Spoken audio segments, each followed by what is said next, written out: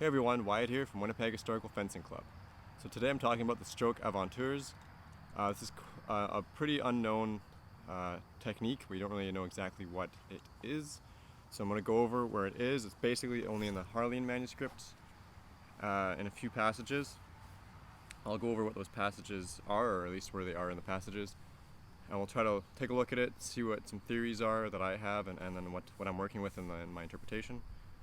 So I found it in basically 5 places in the Harleian manuscript. One of the places is the poem.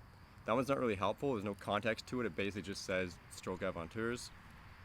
And then we have it 3 times in the play of the two-handed sword and once in the encounters. So in the 4th lesson of the play of the two-handed sword, we're basically doing it after a chase foin, and it says with a stroke Aventurs smitten on 3 feet.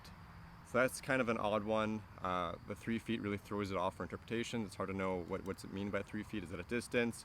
It doesn't make sense to do a cut or a stroke with 3 steps. So it's more than likely a distance of 3 feet. And then you're making it up, and it says, and then made up with a rake down. So we also don't know if that's done after the stroke Aventurs, or if the stroke Aventurs is itself made up with the rake downwards. Then we have the 10th lesson, and it says a double hawk about the head broken, and then in with the spring of the foot, with a stroke Aventurs, with a quarter, and with a snatch. So now we're springing in the foot with this one. It's hard to know if it's just a large pass or kind of more of a lunge or a combination of the two. We're springing in the foot and then doing this stroke Aventurs, followed by a quarter. The 11th lesson is, it says, and with the other hand spring up thy sword to thy right shoulder, and strike thy stroke Aventurs with a hawk setting down the sword by the foot. So here we are springing the sword up to the shoulder, so this kind of tells us maybe it's done around the right shoulder, and maybe not something that's lower down. And then striking the stroke Aventurs with a hawk, so we don't know if it's the stroke Aventurs encompasses the hawk, or if the hawk is done after. And then we get to a little more of an interesting one, which is the 5th counter. And it says, and so smite a Carter stroke, but turn him with the stroke Aventurs with whole defense. So that one kind of makes it sound like you're turning him with the stroke Aventurs. It's something that would turn him around, or potentially even the Carter stroke before it. And the Carter stroke could be a misspelling of quarter stroke. So a lot of ifs there. But it's saying, turn him with the stroke Aventurs. So it's kind of confusing. Especially when we get to the end of the passage there, that lesson. It says, the cause of a stroke Aventurs is called, for a man turneth his back to his enemy. So there it makes it sound like you're turning your back to the enemy, but early in the lesson it sounds like you're turning your enemy's back. So it's very hard to know what exactly the stroke Aventurs is. If we look at the stroke Aventurs itself, especially the etymology of the words, we know stroke is a cut or a blow of some sort. But Aventure, or adventure, or however you want to say it, we look at the etymology of the word. In about 1300s, 1400s, the definition of it was to risk the loss of, or to take a chance.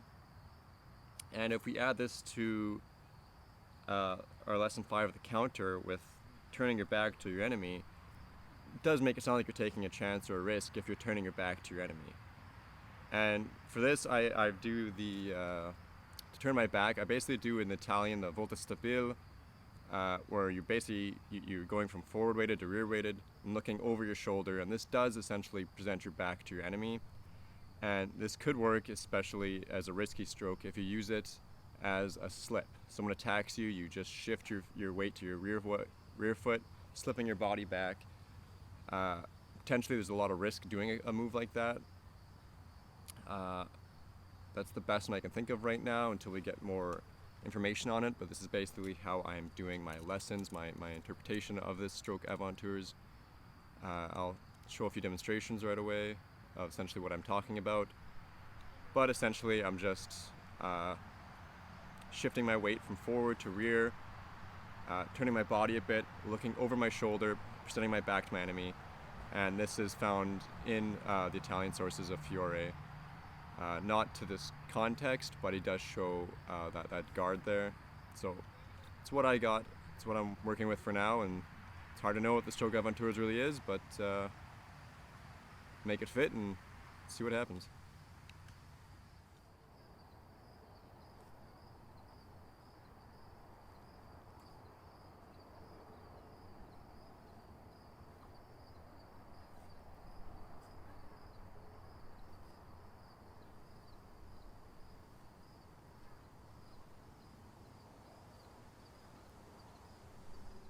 So that's my interpretation of the stroke Aventurs or stroke Adventure. If you have your own interpretation, please feel free to share, and thanks for watching.